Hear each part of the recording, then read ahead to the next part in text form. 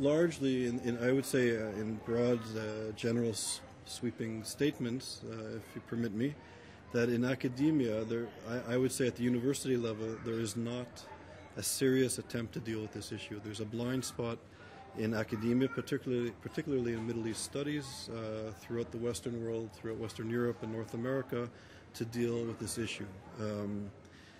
I was recently at a conference at the Tate Gallery in London where we looked at the notion of Orientalism and the work of Edward Said, and there really is a blind spot in the fundamental texts and curriculum of university Middle East studies programs to look at anti-Semitism, the demonization of Israel and the Jews in curriculum in the Middle East, in the word, in the sort of the context of Said and other people who engaged cultural studies and that sort of thing.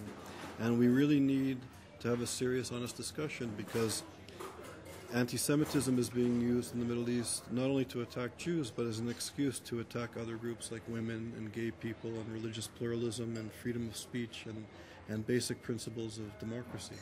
And this is not just a threat to the Jewish people or to Israel, but to basic civil society. And we learn from the history of anti-Semitism that what begins with Jews never ends with Jews. So I think university curriculum really needs to engage this issue urgently. And in general, it's not being dealt with. And I would even say that there's even resistance to it. That if you deal with anti-Semitism, somehow you're perceived as being neoconservative or a defender of everything Israel does, or an apologist for the Israeli government. And this type of stereotyping and dehumanizing of scholars who engage in this issue is really part of the problem and part of the process of anti-Semitism.